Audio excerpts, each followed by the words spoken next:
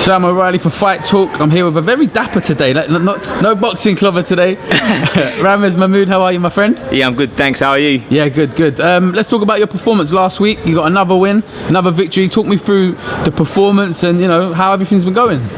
Yeah, the performance last week, it was okay. It wasn't anything special, but it wasn't too bad. It was my first 6-rounder, so if I'm taking the positives, I got through the 6 rounds quite comfortably. I mean, I easily had another 2 more rounds in me. It wasn't my greatest performance. There were things that I was disappointed with, so I'm going to work on them in the gym, but other than that, loads of positives to take from it as well. When you look at negatives, have you ever looked at negatives? Obviously, you've won all your fights to date, but has there been negatives before where you've looked at it and gone, I've done this incorrectly, or I should do this better? And how do you approach setting those negatives right? To be honest, I always look at the negatives more so than the positives, because the positives are all well and good, but the negatives are what you need to work on in the gym. So me and my coach Tony will go through them. So yeah, we focus on them more really. What do you put that performance down to? Because you say you didn't feel afterwards, you didn't feel as good as you might have done, and you weren't as happy with it as you may have been. So what do you put that performance down to? I think a lot of it was over eagerness. Like, I hurt my opponent a lot of times and I smothered my work. If I took my time a bit more, I probably could have stopped him. And to be honest, up until the last 2 weeks going into about, I felt in the best shape of my life, and then I got hit with a bit of a bug, the sickness bug, and that affected my last week's sparring, my last week's training, and I think I had a bit of that in my body as well, so I think that affected me, so I felt a little bit flat, to be honest. Well, listen, you'd rather get the victory and have your bad performance than, some guys have their bad performance and now they've got to reflect on a defeat, so there's a lot of positives to take. Exactly, it wasn't my greatest performance, but I still got a win and won every round as well, so can't really complain too much with myself.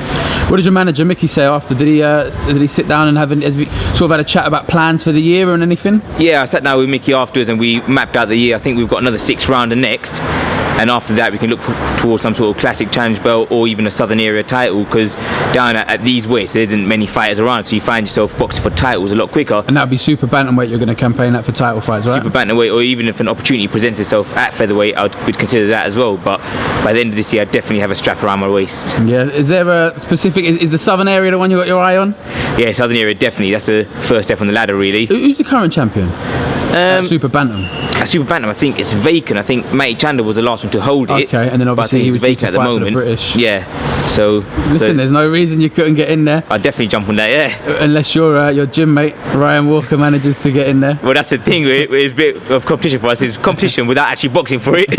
You see, who gets it first, but whoever wins it first will vacate and let the other one box for it. It's me, one of them. He's fighting tonight against Edward Bjorklund. He is, yeah. Have you seen him box this Bjorklund? I've seen Bjorklund box once before against Prince Brady. I think that was back in November, and to be honest, Bjorklund looked very tough. And he dropped Brady in the first round. I think it was the first shot he landed, wasn't it? I think it was. And to be honest, I wouldn't have complained if Bjorklund got that decision. So it's 6 rounds he's got with Ryan tonight, and he's going to come to give it to Ryan. But personally, I think the fact that he's coming to fight with Ryan and give it to him, I think that's going to give Ryan the opportunity to look good. Yeah, definitely. Listen, you guys both pushing each other hard. Always. Hopefully he gets another victory tonight. That's it, yeah. And listen, it's a positive year ahead for you, Ramez. Definitely. I think this is my breakout year. Breakout year from the Mathmagician. That's it, yeah. Thank you very much for talking to Fight Talk. Cheers, Sam. Appreciate it.